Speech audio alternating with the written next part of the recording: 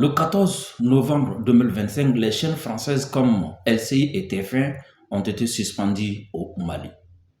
Beaucoup vont encore aller dire « Ah, le Mali a encore recommencé ». Ils aiment tellement rejeter leurs propres fautes sur les autres. D'autres vont encore aller dire « Le Mali aime tellement accuser la France et les médias français ». Mes amis, nous allons suivre ensemble quelques extraits de cet élément qui a été à la base de la suspension de la chaîne française LCI au Mali. Vous nous dites que Bamako est désormais quasiment encerclée. Oui, Bamako, ville de 3 millions d'habitants, la plus grande du pays, qui se trouve à 3 heures de Paris seulement. Bamako en état de siège, Bamako prise en tenaille par le principal groupe djihadiste au Sahel, le JNIM, le groupe de soutien à l'islam et aux musulmans.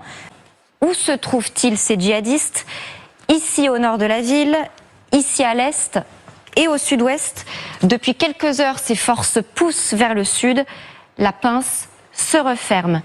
Une par une, les djihadistes ont pris le contrôle de toutes les grandes voies qui mènent au nord du pays. Blocus du ravitaillement, en particulier de l'essence. Ainsi, ces files d'attente qui s'étendent sur des kilomètres. Le prix de la farine, du riz, des haricots s'envole. Mais il y a davantage. Les djihadistes contrôlent désormais la plupart des grandes bases militaires. Mais il y a davantage. Les djihadistes contrôlent désormais la plupart des grandes bases militaires. Mais il y a davantage. Les djihadistes contrôlent désormais la plupart des grandes bases militaires. La chaîne fait exprès de mentir sur la situation du Mali.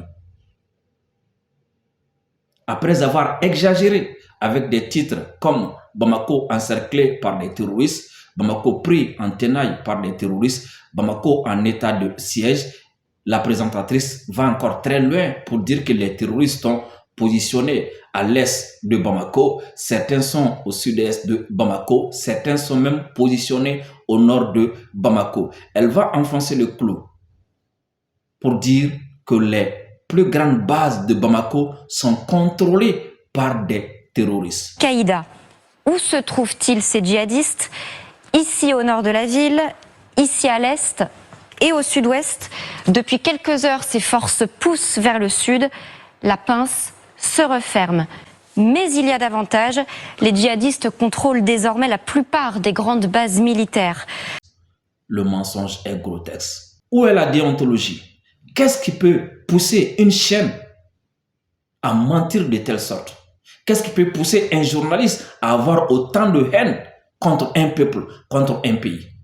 Pourquoi tout ça? Pourquoi tous ces mensonges? Pourquoi annoncer que les plus grandes bases de Bamako sont contrôlées par des terroristes?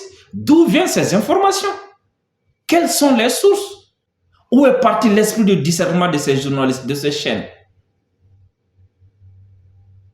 Pourquoi mentir de la sorte? Le Mali vous a fait quoi?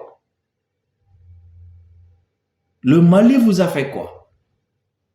Alors, si ces informations sont erronées, si ces informations sont des mensonges, pour qui et pourquoi ils font ça? C'est ce qui m'a poussé à aller faire un peu de recherche et suis tombé sur cette vidéo du patron de la DGSE française. Là que j'ai compris que tout ce narratif, que tous ces mensonges viennent de la DGSE. Est-ce en France aujourd'hui?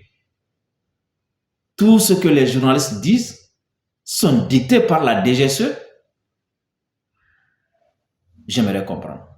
Pendant qu'ils étaient en train de dire que les plus grandes bases de Bamako sont contrôlées par des terroristes, voici ce qui se passait à Bamako comme activité. Le Salon international de la défense et de la sécurité BAMEX Bamako Expo 2025, qui se déroule pour la première fois au Mali, s'inscrit dans un contexte où l'environnement mondial est en constante mutation, où les défis sécuritaires et technologiques exigent des réponses innovantes et coordonnées. C'est ainsi qu'il était absolument nécessaire pour le Mali d'initier un tel espace technologique. Véritable plateforme de partage, de découvertes et de collaboration réunissant forces armées, gouvernements, experts et industriels venus d'Afrique et à travers le monde, le salon permettra aux acteurs du domaine de s'approprier les savoir-faire internationaux, en particulier ceux des partenaires turcs dans le domaine stratégique de la défense et de la sécurité. Comme activité d'abord du président de la transition qui a voyagé à 160 km de Bamako.